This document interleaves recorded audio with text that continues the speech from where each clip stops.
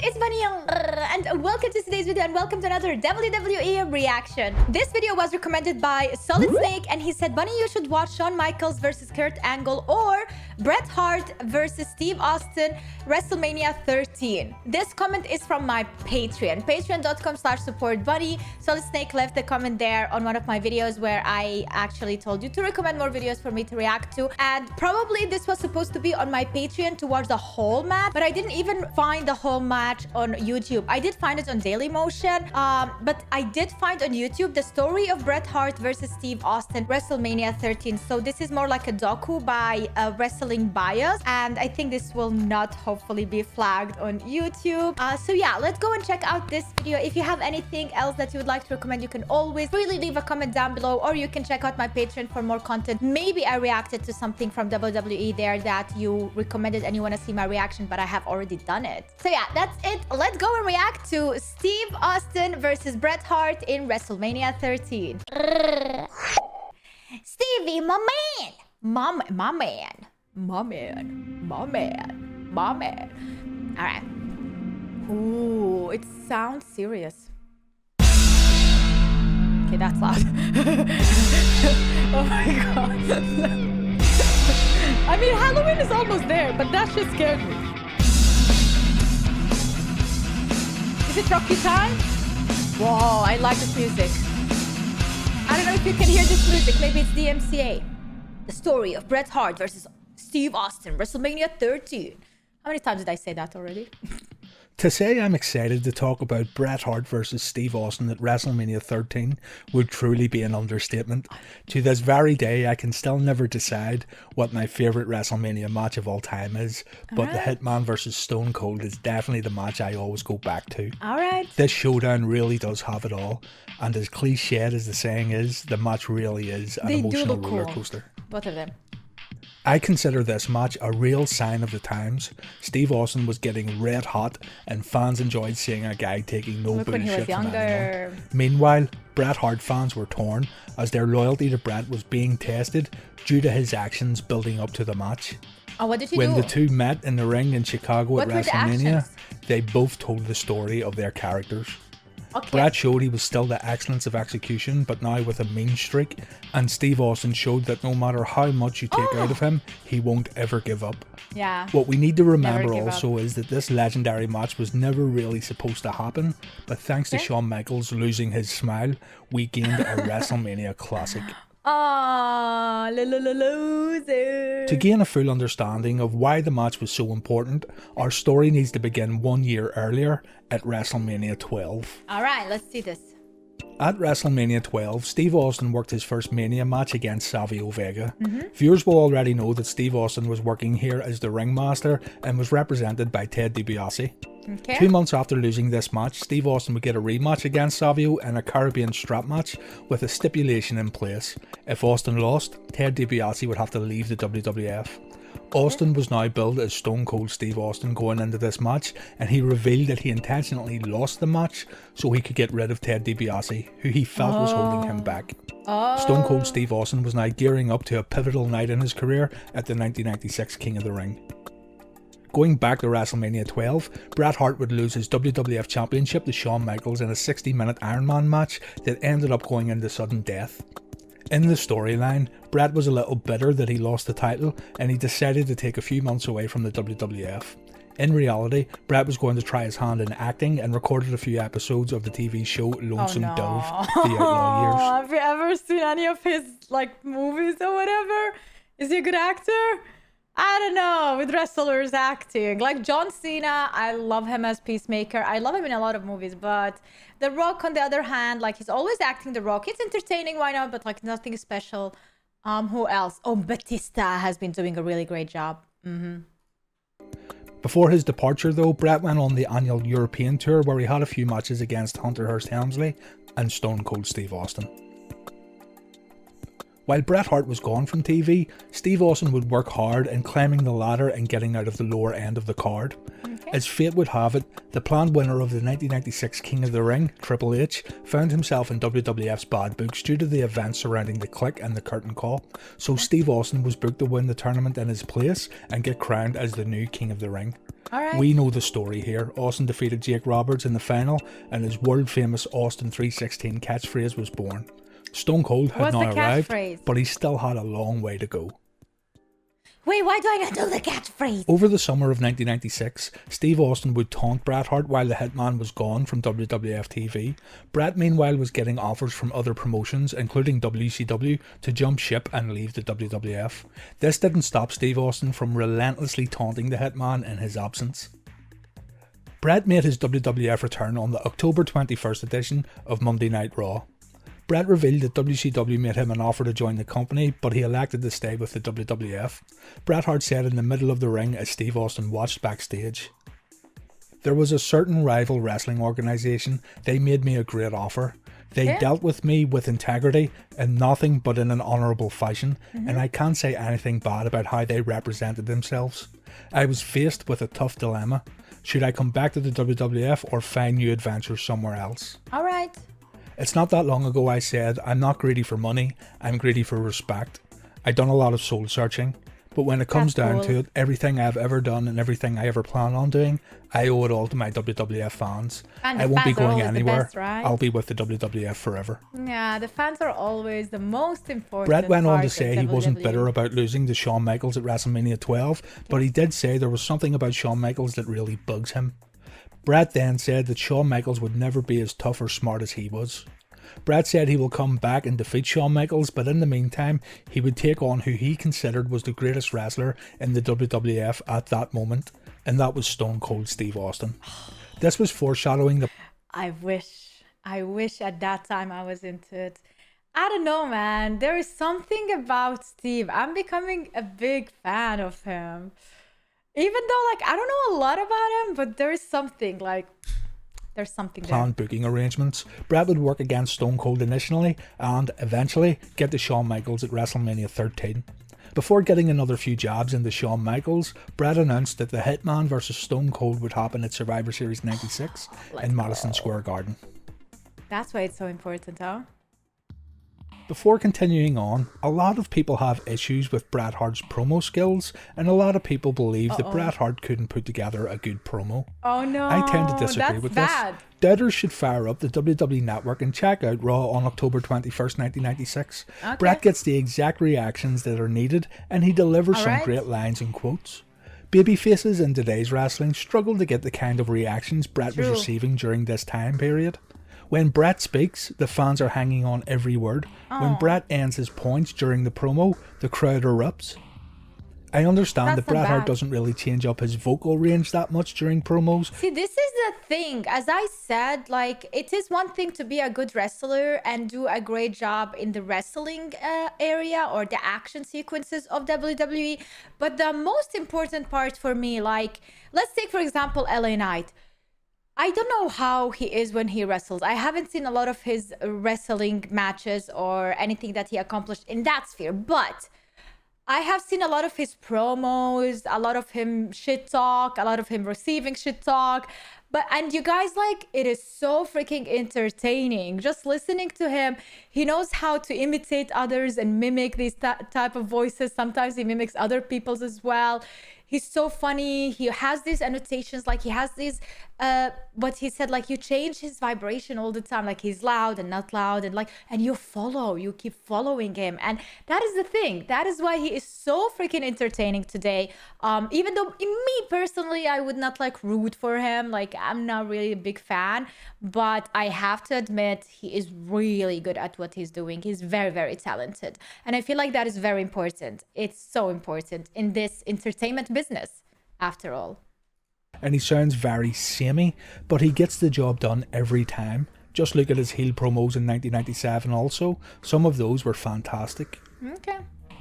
Back to 1996 and on to the Survivor Series match.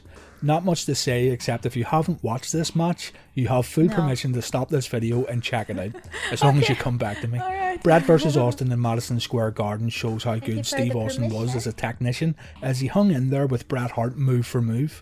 Steve Austin had said himself that he came out of Survivor Series 96 as a better wrestler because he was able to work with Hart on this night.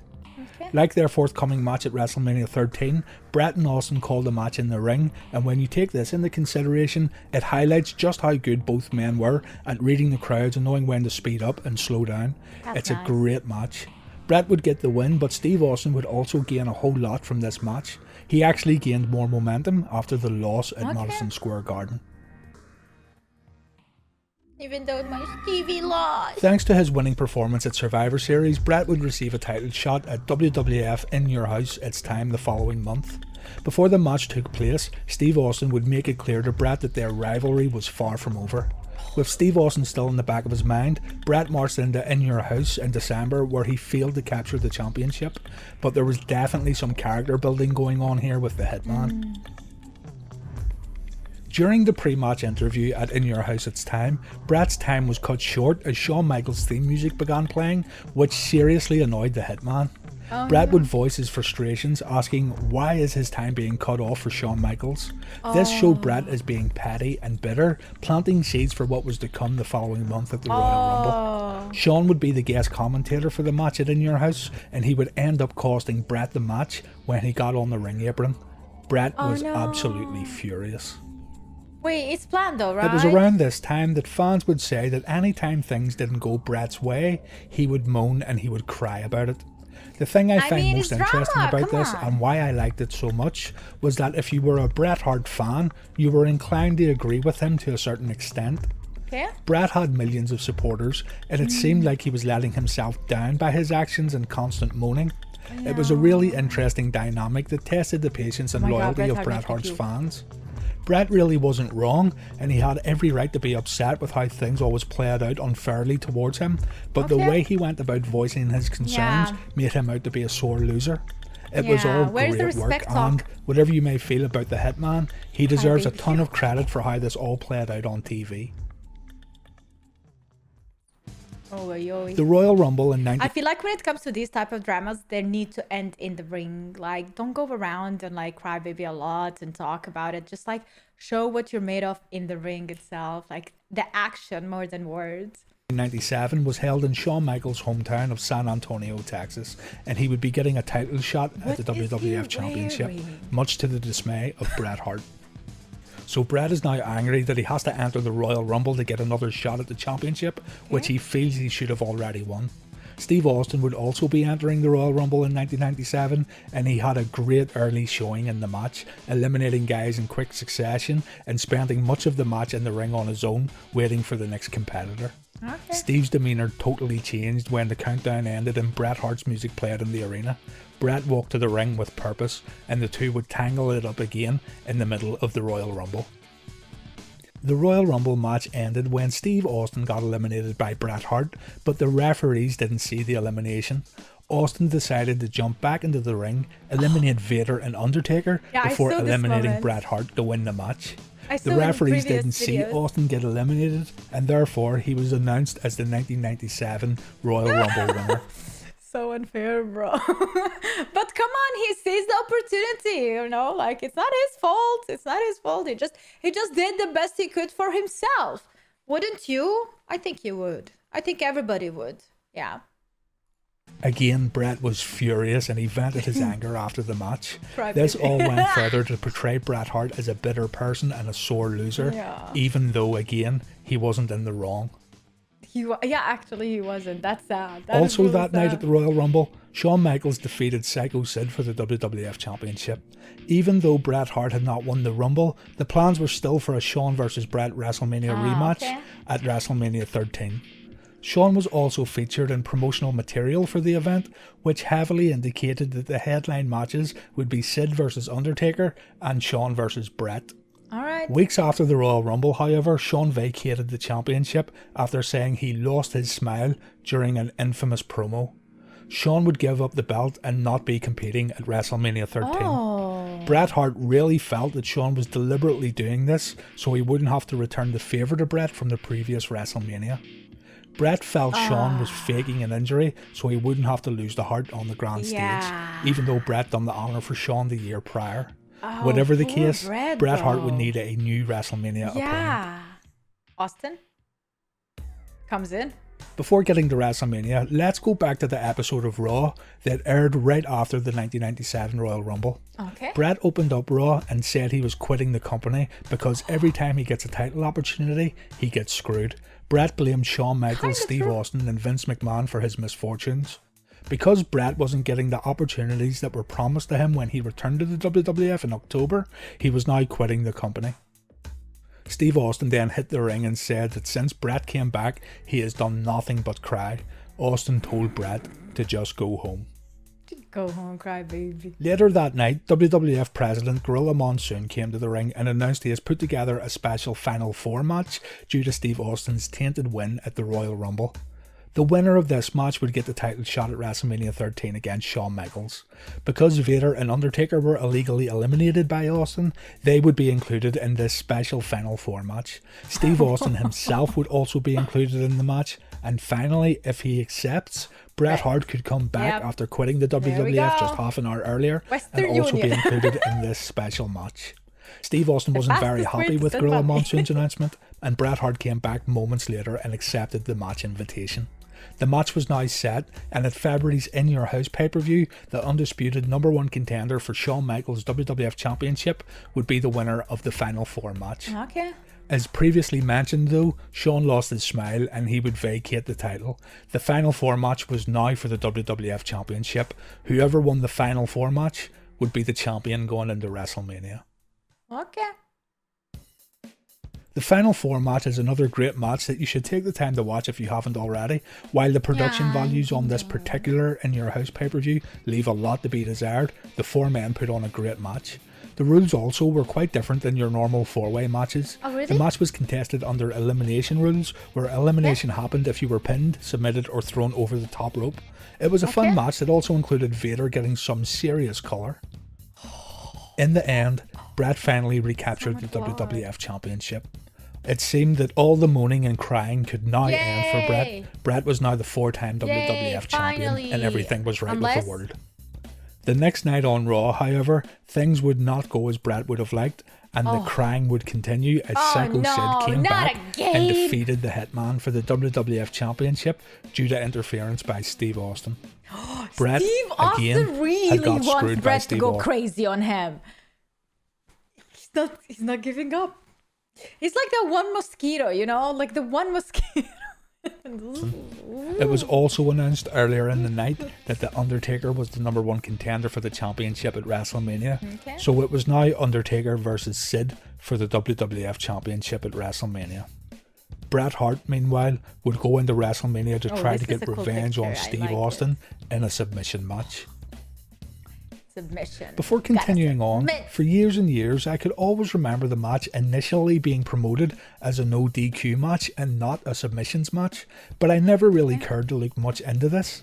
I thought I must have just imagined it, but doing research for this video allowed me to go back and watch episodes of Raw leading up to the match, and yes, it was initially announced as a no-holds-barred match.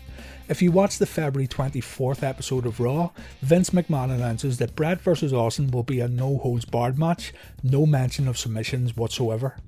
Then on the March 3rd episode of Raw, it's announced that it will be a submission match, so making this video finally put that to rest in my head.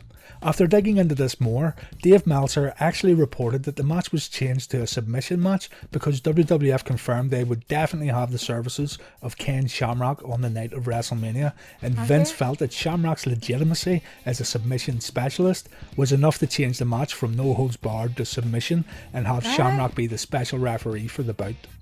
I wouldn't want to say this is absolute fact for obvious reasons, but it's out there and it was reported by Dave Meltzer, so take from that what you will. Steve Austin has since said that he found out about the submission match while sitting at home. He initially did not like the idea. He didn't really do many submission moves at all. This is the problem, because they have different ways of... I know that when I did make a character in WWE 2K23, there is like what type of a fighter you want to be, you know, like do you want to be a high flyer, submissive and stuff like that. And I didn't understand, quite honestly, everything. I was like, okay, high flyer sounds fun, like I can just fly around and like really jump from high and top and stuff. So I chose that one. But yeah, now I get it. Like every single wrestler has his own technique in doing something. And when the elimination is specified upon an actual technique, it's really not dumb, but like it's really hard because it could end up with a disadvantage. It could end up with a disadvantage. What is English? What is English? How do you speak it? Is that a language? Steve didn't need to worry though. It was the fact that the match was contested under submission only rules that made the finish so special. Bret Hart had one last opportunity to win the WWF Championship before his match with Steve Austin. If Bret Hart could defeat Sid in a steel cage match on the March 17th edition of WWF Raw, then he would become the WWF Champion and he would be able to defend that belt against Steve Austin in their WrestleMania match. This meant that Austin and Undertaker also had an interest in who won this steel cage match, as these men would be getting a title shot depending on who won the match. Steve Austin tried to help Bret win, but in the end, The Undertaker cost Bret Hart the victory and Sid won. Another monumental loss for Bret Hart on this night led to him finally snapping, shoving Vince McMahon and cutting a very memorable promo that was filled with swear words. Vince McMahon himself has said that this was the genesis of the Mr. McMahon character. He said something went off in his mind when Bret shoved him, and he traces the birth of the Mr. McMahon gimmick to this very night. Again, this is another example to show those who believe Bret couldn't cut a promo. The full unedited promo is available on the WWE Network.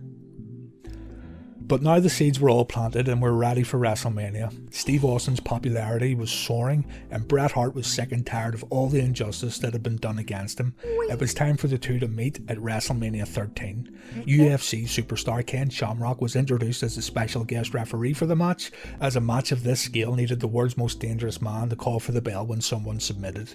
It was time for Bret Hart and Steve Austin to finally go to war. Oh my god, now I'm really excited to see what happened. I have no idea.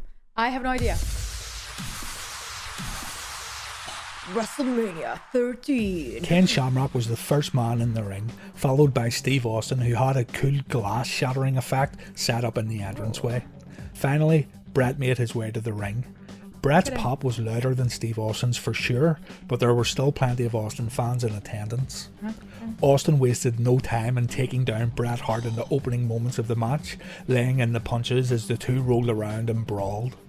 The fight would then go deep into the crowd and around ringside. When the action got back into the ring, Bret started working Austin's leg as the crowd continued to get louder and louder during the bout.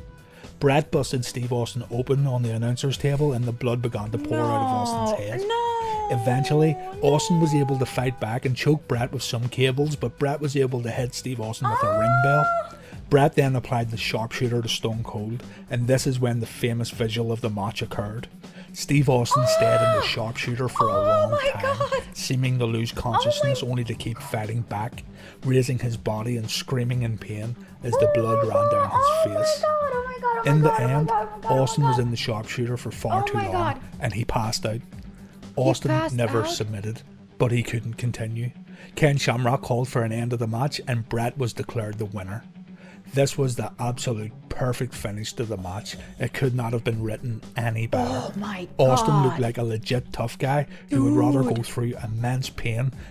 Austin got destroyed there. Oh my god, but he took it like a champ though. He never submitted. He never gave up, and that is the thing. Then give up, and Bret looked like the excellence of execution that Austin just could not overcome. Yeah. Scheiße. After the match is when more magic would happen. Bret would continue to attack Steve Austin, gaining boos from the audience. The crowd was sympathetic to Austin and respected him for not submitting, and when they saw Bret try to get in more cheap shots after the match, the crowd began to turn on Bret Hart. Yeah, Eventually, that's so unfair. Shamrock suplexed Bret to force him to stop attacking Austin, which gained a huge pop from the audience. Ken Shamrock challenged Bret to fight him right there in the ring, but Bret declined and walked away to a loud chorus of boos. Bret walked back up the aisle, flipping off the fans and shouting as he went back to the locker room. All of this bitterness and built-up frustrations over the months had paid off. Bret was now able to be a selfish heel and go on to do some of the best work in his career. Dude, I don't know, the crybaby. So unprofessional. Meanwhile, another referee came to the ring to try and help Steve Austin, who was beginning to come around. Nice. Austin hit the Stone Cold Stunner Oh, on the why? referee, effectively refusing any help and walking back up the aisle. Austin struggled onto his feet and limped backstage to cheers and people chanting his name. In the course of the match, from Even start when to you end, lose, you Bret win. Hart had turned heel and Steve Austin had turned babyface. It was truly one of the best matches not only in WrestleMania history, but in the complete history of professional wrestling. Never before has a double turn like this been done so successfully. That is actually really good. I loved it. From here, Bret Hart would go full-blown anti-American and he reformed the Hart Foundation. Canada. Steve Austin would continue being the anti-hero, but this time he would come out Really? to massive cheers from audiences. The WrestleMania Anti-hero? 13 submission match solidified and legitimized Stone Cold Steve Austin as the next big star in the WWF, Yep. eventually becoming the biggest draw in the history He of the really company. took it like a champ with that one, brother. For real. Like passing out like that as well. Whoo, what a match. The thing that made the double turn us... wait. I want to read this comment. The thing that made the double turn so perfect was that neither wrestlers changed who they were. They just expanded the crowd's understanding of their character. That is so true. Like, they didn't change. They were exactly what you asked for, exactly what you expected, you know? This match made Austin the Hitman, showed why he was on top. Truly amazing work by both men here. Yep. This was one of the best rivalries professional wrestling ever produced. Owen Hart, Stone Cold, the British Bulldog, and Shawn Michaels, all their best rivalries were with Bret Hart. All right, so Bret Hart really knows how to portray the character that he created. And even though he's like a crybaby about it and whatnot, he embraced it. He embraced that career, that path. Bret and Steve had one of the best rivalries of the 90s, from Austin's first promo against him in the summer of 96 up to Canadian Stampede a full year later. This match had everything as well. People never realized how good Austin was in his early years. He was as technical as anyone, plus his mic skills. His mic skills won me. That is the thing.